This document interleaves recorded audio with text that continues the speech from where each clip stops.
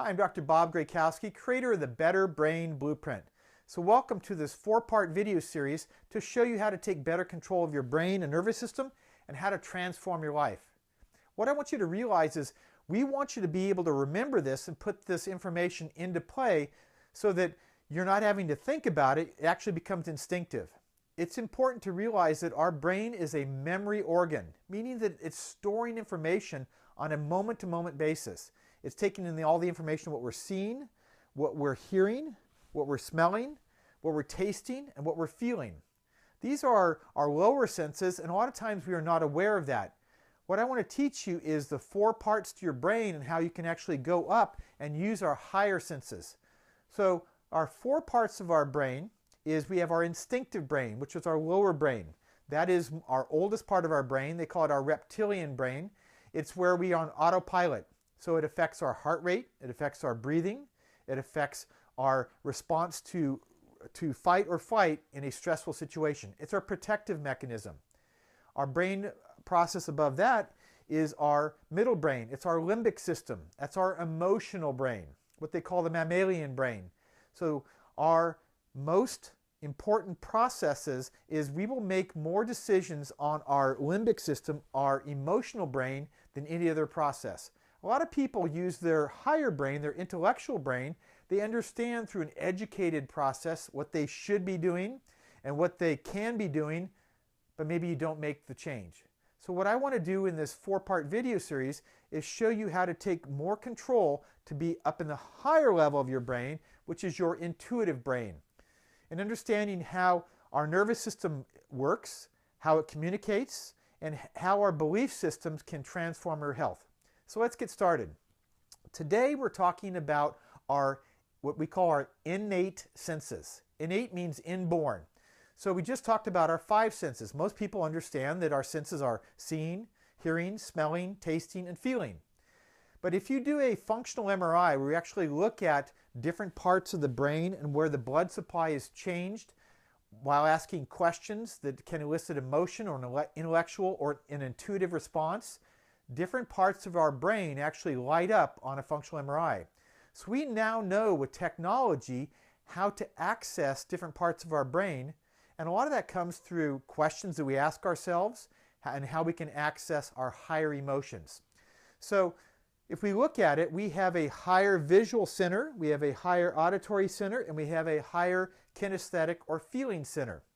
So our innate senses, our 6th would be our higher audient, our higher voice, our higher kinesthetic or our 7th, and our higher visual is our 8th sense. So most people think that we have a 6th sense. Well, we have a more dominant sense. Some people are more higher vision based, some people are more higher audient based, and some people are more intuitive or higher kinesthetic based. So the best way for you to really remember that is how many of you had maybe a higher vision of the way you want your life to be. So if you look at it from a neurological point of view, our brain, if we were to close our eyes will automatically shift up about 10 to 15 degrees. Try that for me now. Just close your eyes and see how it feels like your vision slightly pops up. So our vision, it actually starts to focus in on our prefrontal cortex. So if you do a MRI of a person, ask them questions about their higher vision, you'll see this part of their brain light up. Now, some people have more of an internal voice, that little voice that talks to you. And when that happens, if we're in a stressful response, it's on both sides, deep internal, on a part of our brain called the amygdala. So that's the part that stores a lot of emotional responses, things that we have to it's kind of like the gatekeeper to see what we should do in a certain aspect. But our higher senses comes out a little bit further, that same area, our temporal area of our brain cortex. And if we do an MRI on that and we ask them a question where they have to think internally and actually ask that question, that little voice will answer, and this part of our brain will actually light up. If we look at a person that has a higher feeling sense, meaning that they trust their gut, we've all heard that response, you got to trust your gut feeling. Well, that's when we actually start to bring a lot of that energy down to area of our celiac plexus or our solar plexus down at our diaphragm. So if we have a gut feeling about something, we will actually feel it in that area of our nervous system. It's called our second brain, actually at this part of our nervous system. So that can affect our moods, it can affect how we eat, it can affect our emotions at a higher level just by our feeling. So the more that we can incorporate these 8 senses, we can actually kick out of that lower brain, kick above just our emotional center and up into our higher intellectual and intuitive brain. So the intellectual process is just knowing that we have these higher centers of our brain and how to access that. So for today, what I want you to understand is that we have these higher senses. So it's important to check in. We do so many things unconsciously. So I want you to look at all 8 senses and really look at this over the next 24 hours. I want you to look around, and rather than having scotomas, blind spots where we can't see things, I want you to use your visual aspect of really looking around at your environment, looking around at where you're at and being present. I want you to really listen, not just be on your agenda, but listen to what other people are saying. Listen to the voices that are coming out from other people that you interact with, and just listen to your environment. I want you to really smell and taste your food. When you take time to smell your food, that stimulates a part of our brain to start the digestive processes. You will eat less.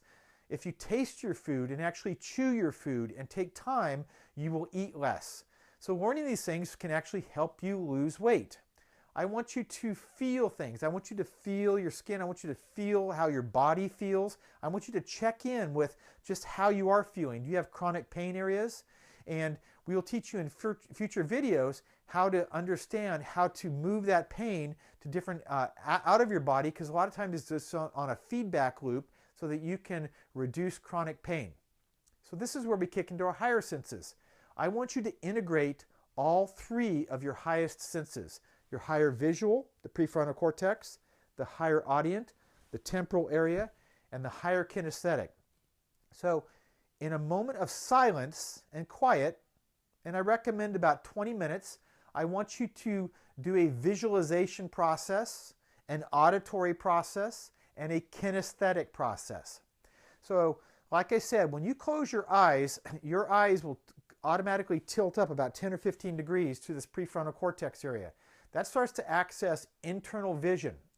So what I want you to imagine is a light beam passing from the visual center of our occipital cortex through the prefrontal cortex, the back of the brain and the front of the brain. And imagine a light beam traveling about a 10 to 15 degree angle, coming out of the brain forward and out of the brain backwards. The light beam behind you is your past. The light beam ahead of you is your future.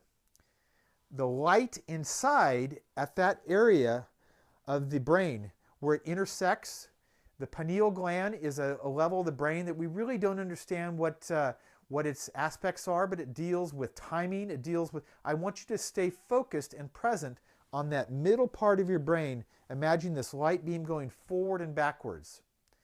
And I want you to do this for several minutes and just look at what would your highest vision for your life be.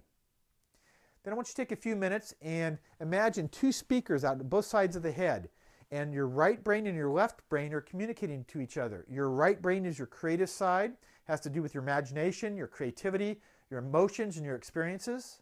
Your left brain has to do with your logical, your analytical, the processing of words and sounds. And I want you to listen to what the left and right brain are saying to each other. If we do this, we start to tap into trusting our inner voice and listening to that inner voice. And I want you to see this higher vision, and I want you to listen to what your body is telling you. If you access your brain through higher questions, you'll get better answers, and you'll actually start to transform your life.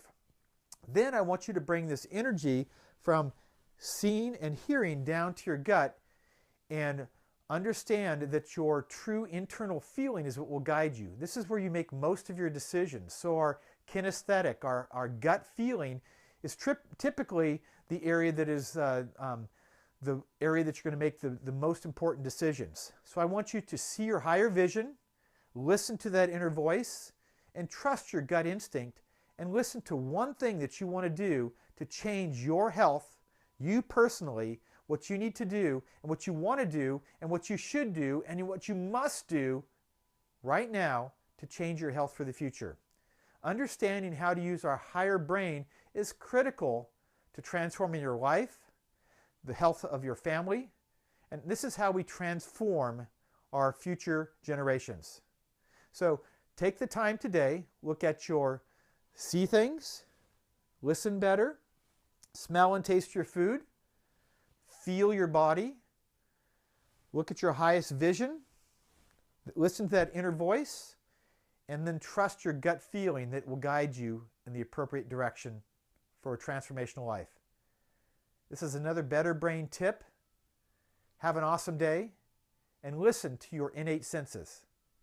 It'll make a huge difference for you and your entire family.